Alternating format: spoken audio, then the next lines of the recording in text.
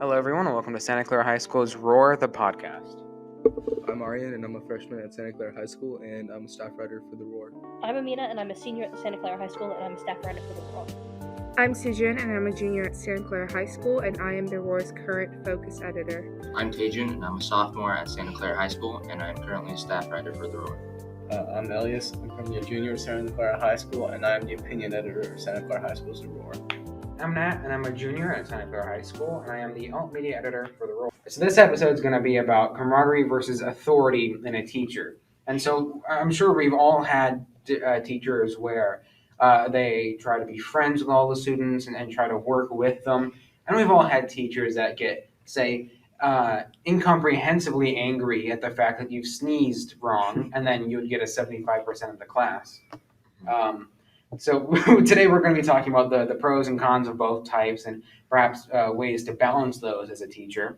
And there are certainly some passionate teachers out there, and we won't be naming any names, but it's an interesting subject to talk about and probably some good food for thought.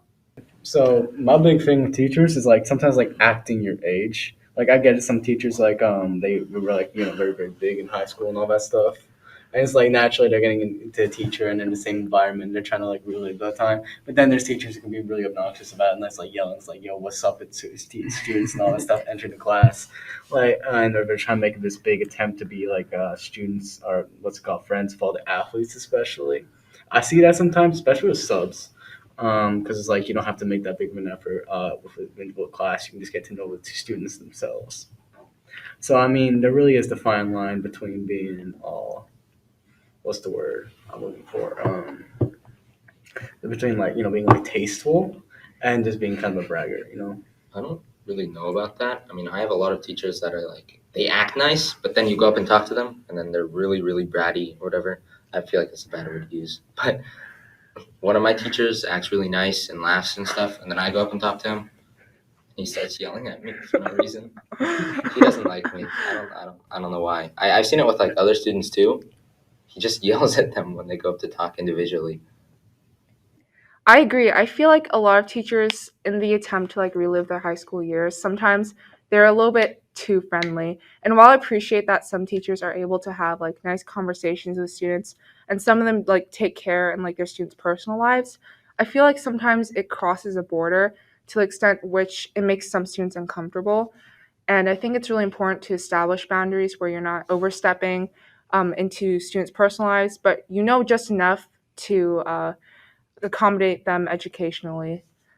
Yeah, I also think that mutual respect is an important part of the teacher-student dynamic, where sometimes teachers will try to have camaraderie, or students will try to have camaraderie with their teacher, but there's not really an element of respect there.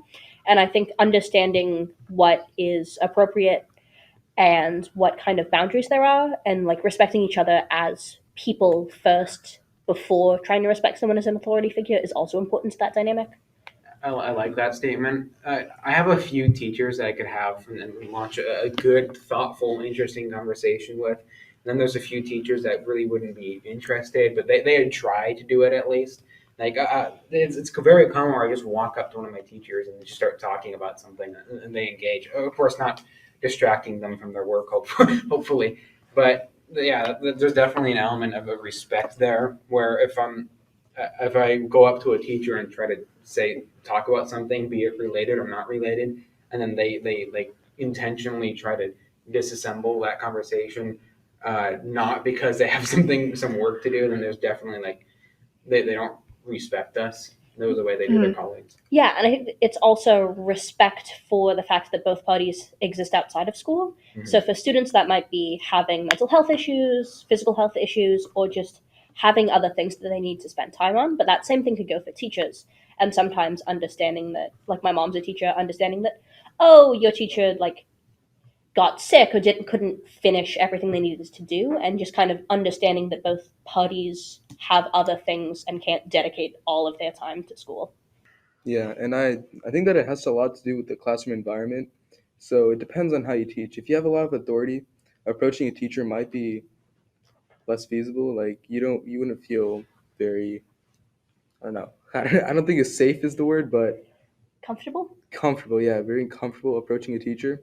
Whereas if you have a good mix of authority and that word, then you'll be able to respect your teacher and still at, get help when you need it.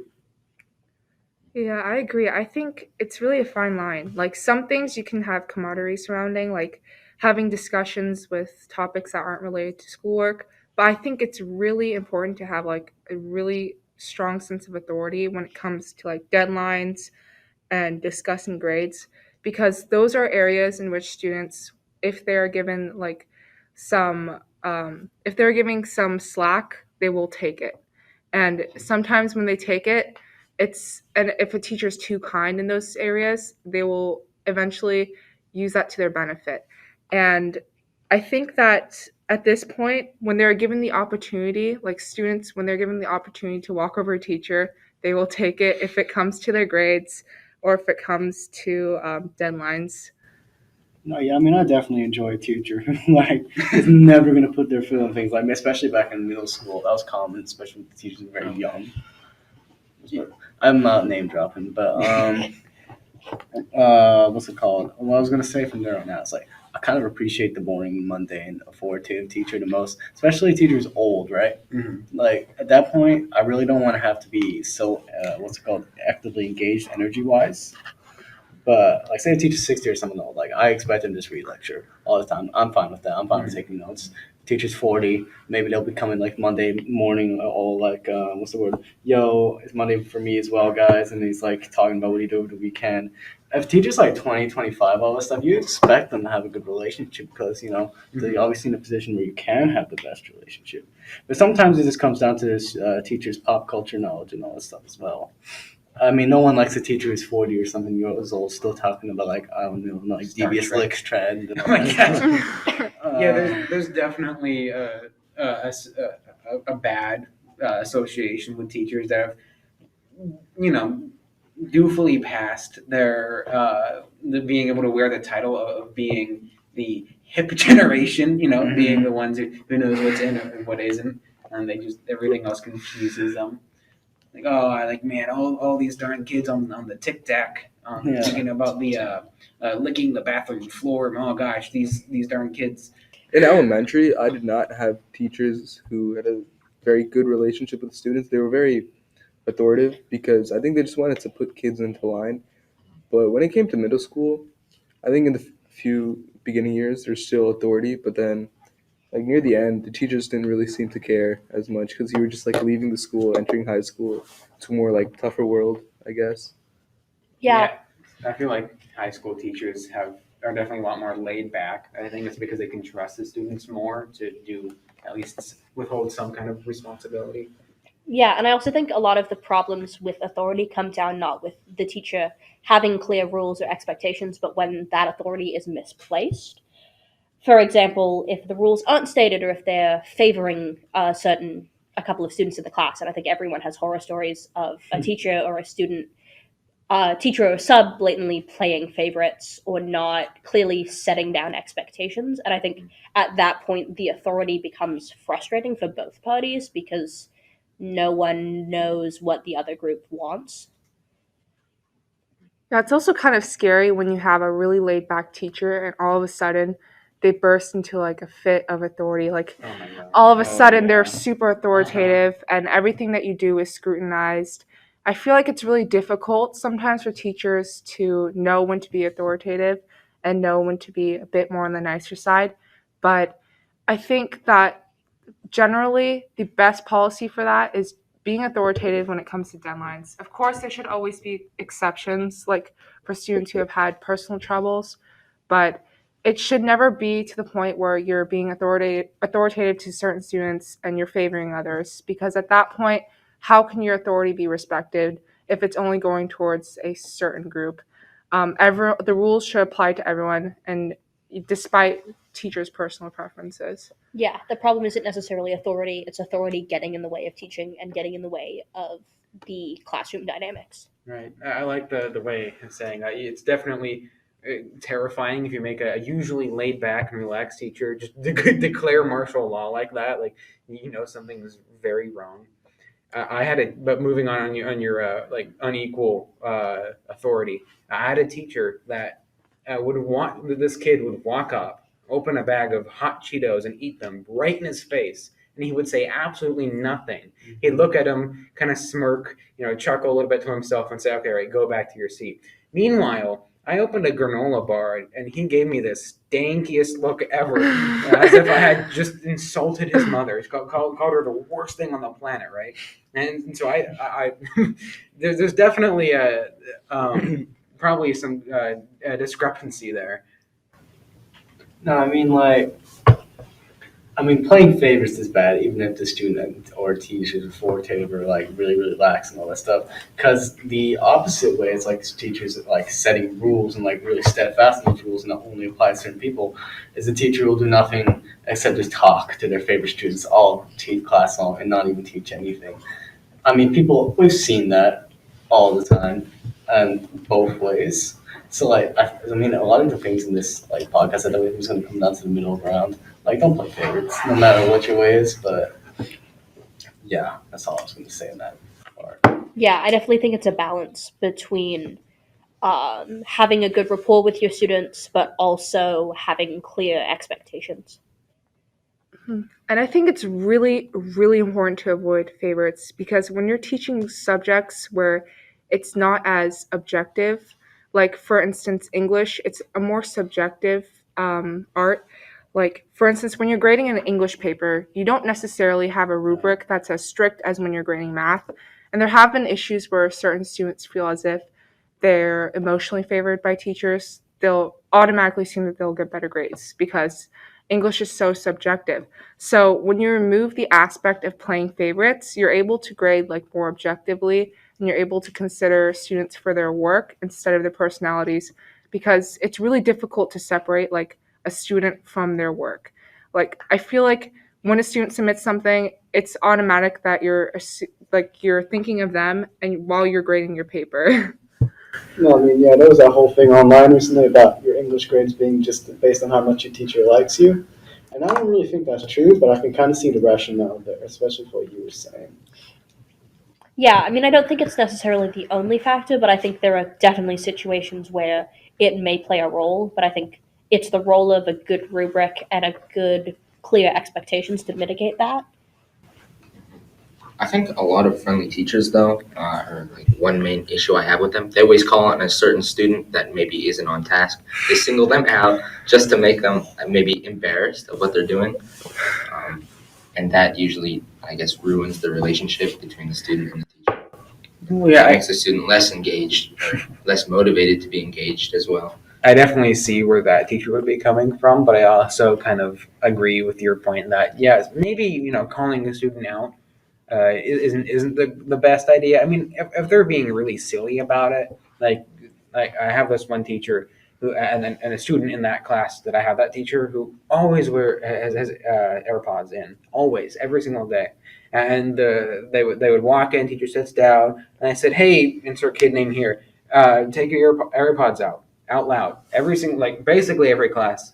With that situation, but yeah, that's a balance between authority and camaraderie, right? Like it's separating friendly, saying, "Hey, maybe you shouldn't do this." With, "Okay, I've asked you to do this dozens of times, and yet you still are. So you shouldn't really expect a different outcome." Mm-hmm. I think a lot of teachers end up maybe giving up on a student who doesn't. I know that's happened a lot to certain kids in my class. Not me. I don't know. I guess also friendly teachers engage more. That keeps students on task, especially me. Um, Yeah. It's very hard to find a sweet spot for the camaraderie and authority. And when you find it, I feel like students who are usually aren't on task will begin to, I don't know, perhaps be engaged more because they find that, oh, I have to do this, but I also kind of want to do this since, I have a good teacher. I really like being around them. So Yeah, it definitely makes a class a lot easier to be through if the teacher can be really nice. Like there's this one class, and again, I'm not going to point out the teacher, but where the instructions aren't always super clear, or that we have to use a specific program to do homework, and say we have to make a poster or whatever, and then they say, oh, use Canva, and I specifically, in this example, wouldn't like using Canva for X, Y, or Z reasons, and decide to do it on Google Slides. And the teacher would be perfectly fine with that because that doesn't really contradict with the purpose of the homework. And so there's definitely like a kind of understanding that a teacher, a human teacher would have that a computer wouldn't. Like you can kind of explain yourself. I think a lot of authoritative teachers they care less most of the time. I mean, they won't specify things for assignments. That's one main problem I see a lot. Or sometimes they just won't assign projects or even homework for students to do. They'll just assign tests and expect them to get good grades. I think, or even if it comes off as them caring less, like it's kind of hard to sit and guess about how a teacher feels about their job. But I feel like how it comes off for students can be equally as important, even if they do care. If it's not coming across, that's going to affect that relationship. Honestly, our memory can be like kind of fuzzy about it. Basically, how we respect or how we look at the teacher. I mean, obviously, perspective is really key. But I mean, this wasn't even in this country, so I'm actually just going to be very specific. I was very little, maybe 6 or 7 or something like that. I'm struggling with what's it called, school and all that stuff. And I had this teacher, and I actually really remember hating her because I thought she was really, really mean. But many years later, I'm talking to my mom about it, and she's like, well, actually, that teacher really boosted up your performance and all that stuff. Really managed to help you learn to read and all that stuff. And this woman was really authoritative. She was very yelling. She'd get me in trouble, all that stuff. And while maybe at the end of the day, like, stuff didn't improve that much, but that was maybe the balance that I sort of needed back then. Mm-hmm. I think maybe having both authoritative and friendly teachers is a really good thing. I mean, it just depends on the situation you're in, especially the class in general. For math, I like more lenient teachers. That's probably not a good thing, but for me, it works the best. More lenient, more friendly teachers keep me engaged in the class, keep me awake. But for classes like maybe chemistry, authoritative teachers are better, I would say. I definitely understand what you mean. Recently in psychology class, I learned that the way the human brain grows up is that when you're like really young, like say of preschool or elementary school age, that your brain is in kind of a stage where like you're starting to test following the rules. Like before, you begin to associate the breaking the rules with the punishment. But as in elementary school, you started kind of realizing maybe not. Maybe I can, bend the rules or stretch them or I'll straight out break them and just try to get away with it. And in those earlier stages, it might be better for a teacher to be more concrete and more strict with the rules. But I can also see being problematic if a teacher just started screaming at some, third grader about something minor. Mm-hmm. I think when you're being authoritative, a lot of students can perceive it as being mean. But being authoritative, I feel like it's really important because there are times when it's really difficult to get your students to be quiet, or sometimes students will try to like pull one or like, manipulate your rules a little bit. But if you're able to establish those rules really clearly and enforce them, students won't even attempt anything like out of fear. But at the same time, it's such a complex topic because you also want your students to have like a good opinion about you. And here at Santa Clara, we have like a lot of AP courses, and if there's like a specific teacher teaching like one course, a lot of students won't sign up for it because they've heard things about that specific teacher.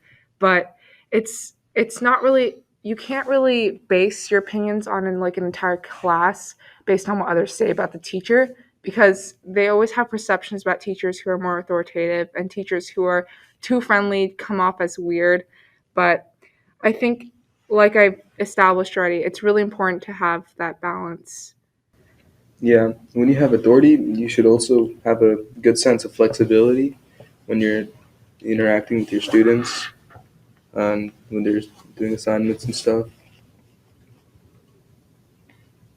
Man, I've just been kind of thinking in silence over here. I realize some of like my favorite and most best teachers, they've been like really authoritative and like really strict. The classes where I've learned the most.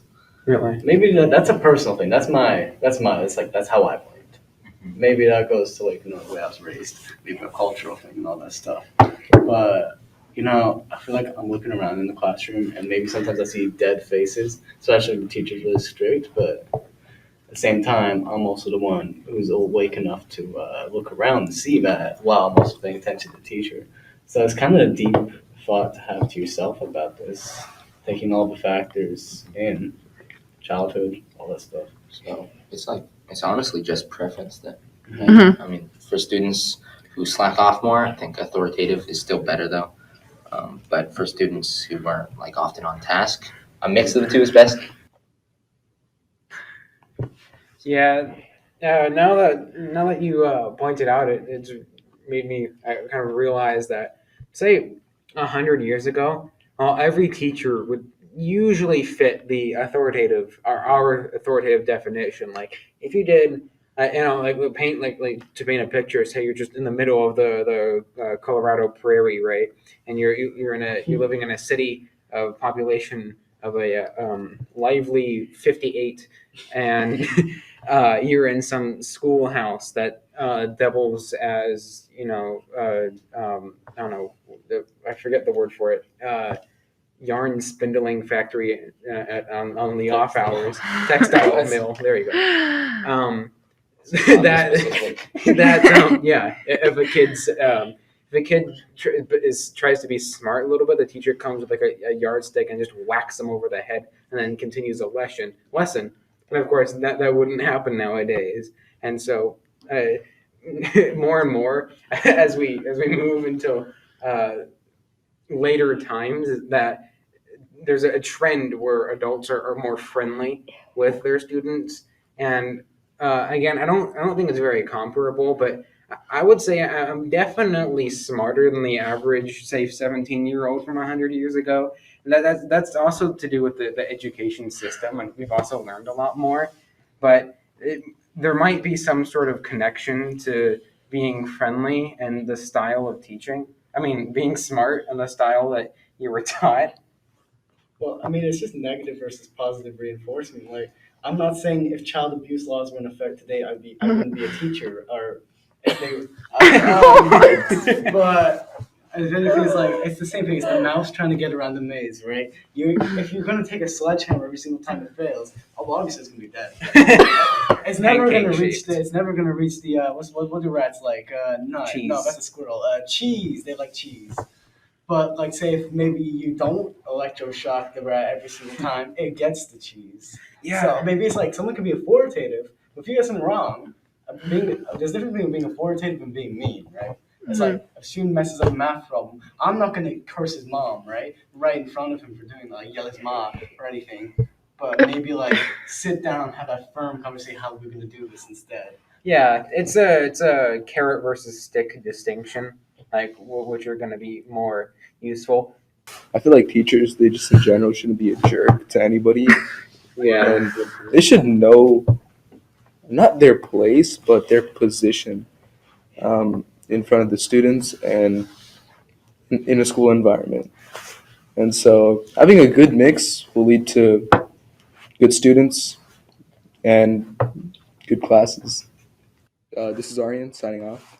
This is Aminah signing off. This is Sujan signing off. This is Tajun signing off. This is Elias signing off. This is Nat signing off. Subscribe.